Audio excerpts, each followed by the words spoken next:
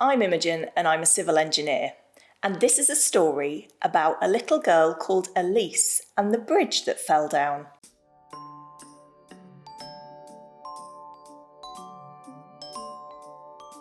Elsie loved to garden. She had a beautiful garden next to a river. Her garden was full of flowers and friendly buzzy bees. On the opposite bank of the river lived her Granny and Grumps. A wobbly bridge connected Elise's garden to Granny and Grumps' house. Every day Elsie would cross the wobbly bridge to see them. Wibbly wobbly over the bridge she'd go. But one day a storm came. The wind whooshed over the bridge and made it shake. The rain came down and battered the boards. A bolt of lightning struck the bridge with a boom, and with a creak, a crack, and a splash, the bridge fell into the river. Elsie was very sad.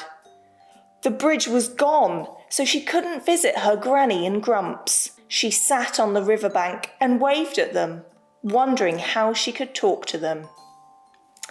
Think, Elsie, think. First, Elsie tried to send a message on a paper aeroplane, but it landed in the river and floated away.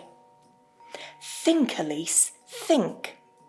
Next, she remembered something she read in a book about sending messages in a bottle.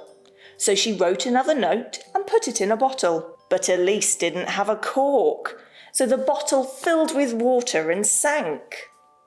Think, Elsie, think. Elsie tried shouting, but the wind took her voice away. She tried making a message out of sticks, but Granny wasn't wearing her glasses. She even tried an interpretive dance, but Granny and Grumps thought she was swatting a fly. As Elsie did her dance, she tripped over the sticks and tumbled down the riverbank. Splash! Elsie fell in the river. She was soaked from head to toe and covered in mud. She clambered up the riverbank and cried. She cried because she was cold. She cried because she was wet. And most of all, she cried because she missed her Granny and Grumps. But once she finished crying, she thought about what she should do. She realised that getting a message across wasn't working, so she knew she had to try something else.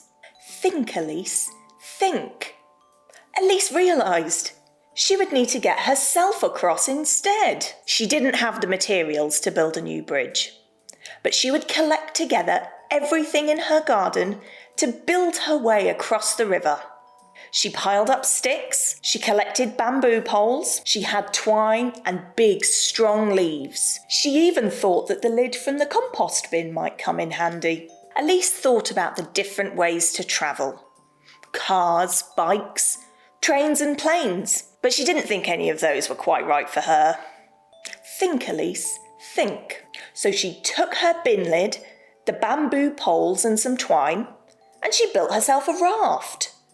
Then she stacked up some of those great big leaves and tied them to a stick to make an oar. Elsie had done it. She'd made a way to get across the river. So she got into her bin lid and slid her raft into the river. She paddled furiously to get to the other side. It was hard work, but she could see her Granny and Grumps getting closer with every stroke. Bump! Elsie hit the other bank and Granny and Grumps helped her to pull the raft up the bank. They gave Elsie a great big cuddle and Granny even brought out some cake. All that rowing had made Elsie very hungry.